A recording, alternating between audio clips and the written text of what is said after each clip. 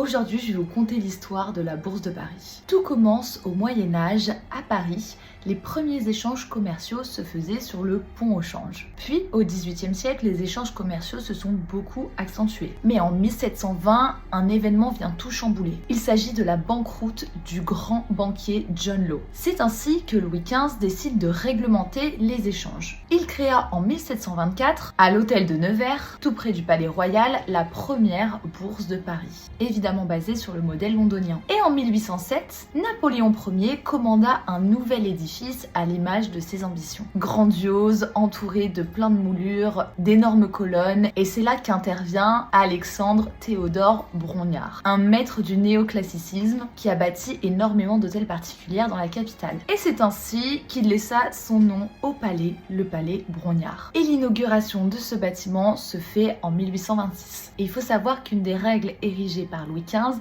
était que les femmes n'avaient pas le droit d'entrer dans la bourse. Et cette règle est restée jusqu'en 1967. Le palais Brongniart est resté pendant un siècle et demi une des places financières les plus importantes dans le monde. Mais la montée de l'informatique et d'une nouvelle ère du numérique a rendu le bâtiment totalement obsolète en 1986. Ainsi, l'année suivante, le bâtiment est rentré au monument historique et maintenant c'est un lieu plutôt événementiel qui accueille énormément d'événements internationaux. Et il faut savoir que le bâtiment est lui-même coté en bourse.